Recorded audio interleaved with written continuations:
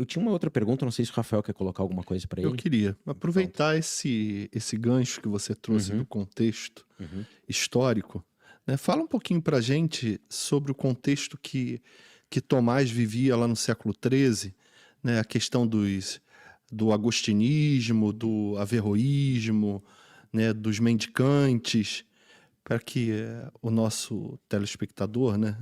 Possa Uhum. conhecer um pouquinho mais. Pois é. O século XIII é o século das universidades, né? As universidades surgem no XII, no XIII também. É um período de renascimento urbano, é o período de transição do romântico para o gótico. O agostinismo é a corrente filosófica que predomina. O século XIII é o século de São Francisco de Assis, que depois vai surgir a ordem franciscana. É o século também dos dominicanos, que são ordens mendicantes, né? Que são ordens mendicantes. Já comentei no começo da nossa live que era uma ordem religiosa, né? Que eles fazem votos de pobreza, castidade e obediência. Nós temos vários tipos de ordens. E essas ordens, além de serem voltadas para a pregação, até por conta do ambiente urbano que estava renascendo na época, elas focavam muito na pobreza. Então, era um tema que se buscava chamar atenção, fazer algum tipo de reforma moral através da pobreza, né? Então, nós tivemos alguns movimentos, como, por exemplo, o catarismo, os cátaros, né, que focavam bastante nisso, é um movimento herético, mas os franciscanos e os dominicanos também focavam nessa questão da pobreza, né? Acredito que por conta da opulência do clero naquela época, né? Então, eles também eram muito... não tinham, assim, uma vida fácil, tá? Então, o contexto não recebia necessariamente, não recebiam eles muito bem. Eu, relendo uma biografia de Tomás, eu fiquei sabendo que ele demorou alguns anos para receber o título de mestre dele, por conta disso. Ele teve alguma dificuldade na Universidade de Paris por conta disso. Então havia algum embate, né? Não só por conta da mendicância, mas também por conta dessa novidade que era o Aristóteles, que era um elemento estranho, né? O agostinismo era a principal filosofia, existe também o averroísmo, que vai influenciar bastante, que é uma visão mais naturalista da filosofia de Aristóteles. Tomás de E Aquino, tem até uma por vezes, ligação dela com o islamismo também, não tem? Tomás de Aquino vai ser, por vezes, associado a esse averroísmo, a esse naturalismo exacerbado, daí que as condenações de 1277, 2 anos depois da morte dele, mas depois isso se desfaz, mas a fama foi feita, né? De alguma forma a fama foi feita.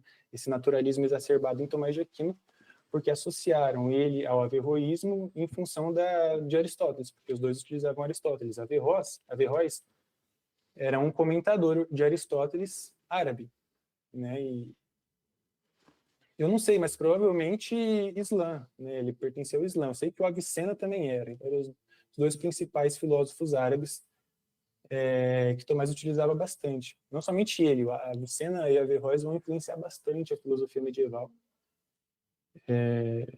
Então tem essa corrente também, que Tomás de Aquino vai combater, inclusive, com vários escritos.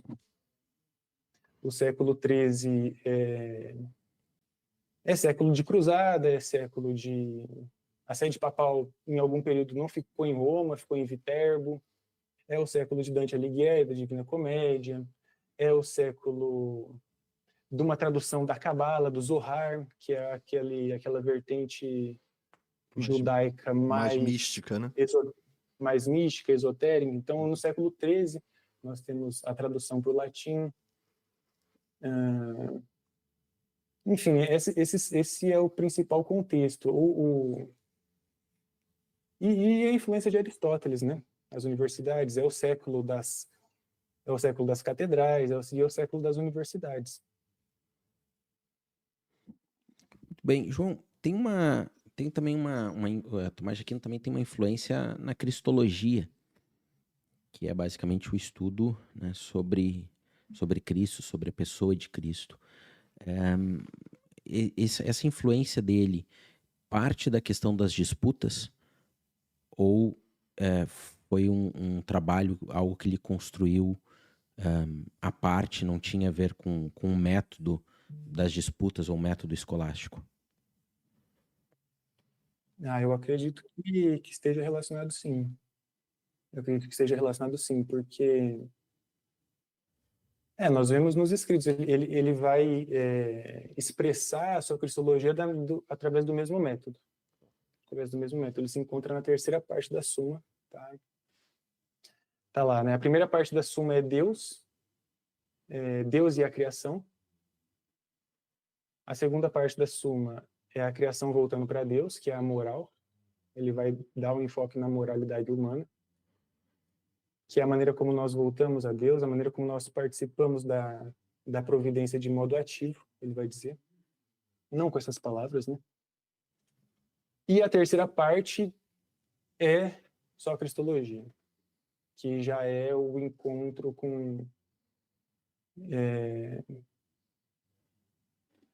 Deus, né? Com essa volta, né? Então nós temos a primeira parte, que é Deus e a criação, as criaturas saindo de Deus, a moralidade, as criaturas racionais voltando para Deus, e a cristologia, que seria esse encontro.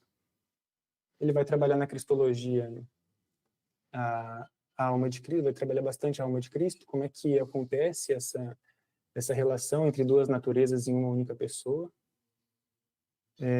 Vai tratar bastante da paixão de Cristo. Inclusive, eu acredito que seja uma das passagens que eu mais indicaria para quem quiser começar, quem não está familiarizado com filosofia, eu indicaria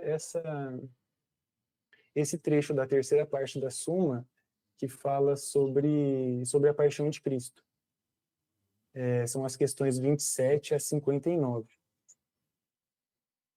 Depois da paixão de Cristo, dentro dela, ele vai trabalhar a sua Mariologia. E a partir da paixão de Cristo, ele vai desenvolver a sua doutrina dos sacramentos. Ele vai fundamentar a doutrina dos sacramentos na paixão de Cristo. Como se fosse um transbordar da paixão de Cristo, serão os sacramentos. E aí,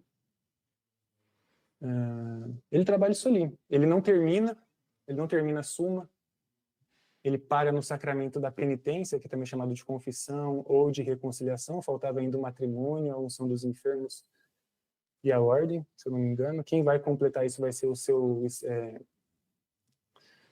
seu ajudante de escritório, seu secretário, vai terminar isso com escritos do próprio Tomás de Aquino.